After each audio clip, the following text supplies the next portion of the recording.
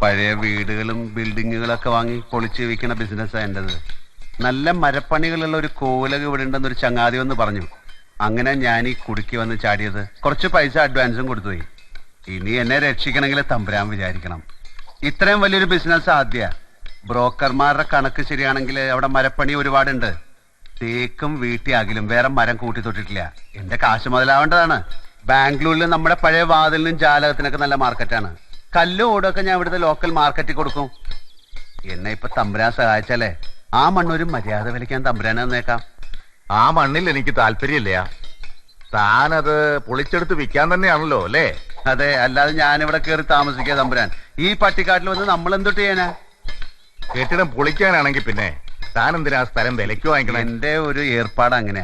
സ്ഥലം നമ്മുടെ കയ്യിലായാല് നമ്മുടെ ഇഷ്ടത്തിന് പണിയെടുക്കാമല്ലോ. പിന്നെ പഴയ കോവിലകല്ലേ തമ്പുരാൻ, ഇടിച്ചു പൊളിച്ചെടുക്കുമ്പോ എന്തെങ്കിലും ഒരു ബോണസ് കിട്ടിയാലോ? അങ്ങനെ കിട്ടിയ ചരിത്രങ്ങളുണ്ട്. ഞാൻ എന്താ വേണ്ടെന്ന് പറഞ്ഞാല് താൻ മുന്നോട്ട് പോയിക്കോ. രജിസ്ട്രേഷൻ തടസ്സപ്പെടില്ല. എത്രയും വേഗം പൊളിക്കാനുള്ള പണി തുടങ്ങണം. മനസ്സിലായോ?